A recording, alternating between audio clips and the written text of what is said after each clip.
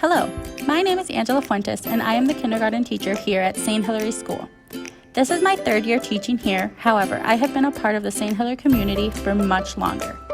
I also attended St. Hilary as a student from kindergarten through 8th grade and had kindergarten in the same classroom I am in now.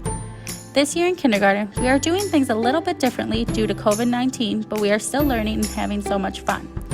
This year, we have students that are in person and also remote. So the students that are remote are live on the computer with us all day, following along to the same curriculum we are doing in class and participating in our discussions as if they were here in person too. To make sure we are being safe, each student has his or her own desk, and around the desk is a taped off area for him or her to move around in while we work. Since this year is a little different and there is so much going on, we are really focusing on their social-emotional learning, especially in kindergarten. Every morning we do a check-in where we talk about how we are feeling and then give ourselves a hug to start the day. Then at the end of the day we do another check-in where we take turns telling something we are thankful for, something good that happened during the day, and then we end with a prayer together.